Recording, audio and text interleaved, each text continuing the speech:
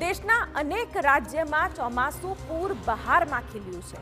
મહારાષ્ટ્ર હોય કે મધ્યપ્રદેશ, દિલ્હી હોય કે હરિયાણા, મેઘરાજા પોતાનો અસલી મિજાજ બતાવી રહ્યા છે। ત્યારે ખાસ તો અલગ અલગ દ્રશ્યો પણ આપને બતાવી દઈએ। મધ્યપ્રદેશની રાજધાની ભોપાલમાં રવિવાર સવારથી વરસાદી મોસમ શરૂ થઈ ગઈ છે।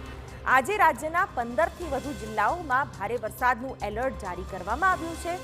મધ્યપ્રદેશમાં ચોમાસાની સિઝનમાં અત્યાર સુધીમાં 103% વરસાદ થયો છે, તો મહારાષ્ટ્રમાં ભારે વરસાદ પડી રહ્યો છે। વરસાદના કારણે રાજ્યના કોલ્હાપુરમાં પૂર જેવી સ્થિતિ સર્જાઈ છે। કોલ્હાપુર જિલ્લામાં ઘણી જગ્યાએ પાણી ભરાઈ ગયું હતું। પૂરથી પ્રભાવિત કોલ્હાપુરના ઘણા ગામોના લોકોએ સ્થળાંતર કરવાનું પણ શરૂ કર્યું છે। નદી નાળાઓમાં પાણીનું સ્તર વધવાને કારણે જિલ્લામાં ડઝનબંધ રસ્તાઓ બંધ થઈ ગયા છે। રાજધાની દિલ્હીમાં પણ વરસાદ યથાવત છે। વહેલી સવારે ભારે વરસાદ પડ્યો હતો।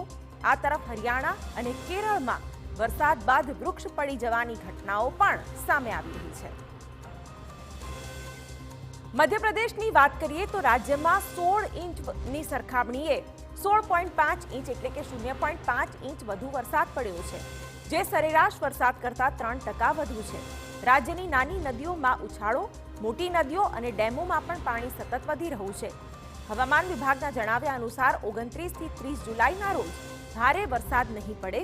ભોપાલ નજીક કોલાર ડેમના 8માંથી 2 દરવાજા સવારે ખોલવામાં આવ્યા છે। કોલાર ડેમ વીરપુરની જળ સપાટી વધીને 458.70 મીટર થતા દરવાજા ખોલવામાં આવ્યા હતા। તો આ તરફ કોલ્હાપુરમાં ભારે વરસાદને પગલે વારણા નદી ભયજનક સપાટીએ પહોંચી છે। પૂરગ્રસ્ત ચીખલી, આંબેવાડી અને આરે ગામોના લોકોએ સ્થળાંતર કરવાનું શરૂ કર્યું છે।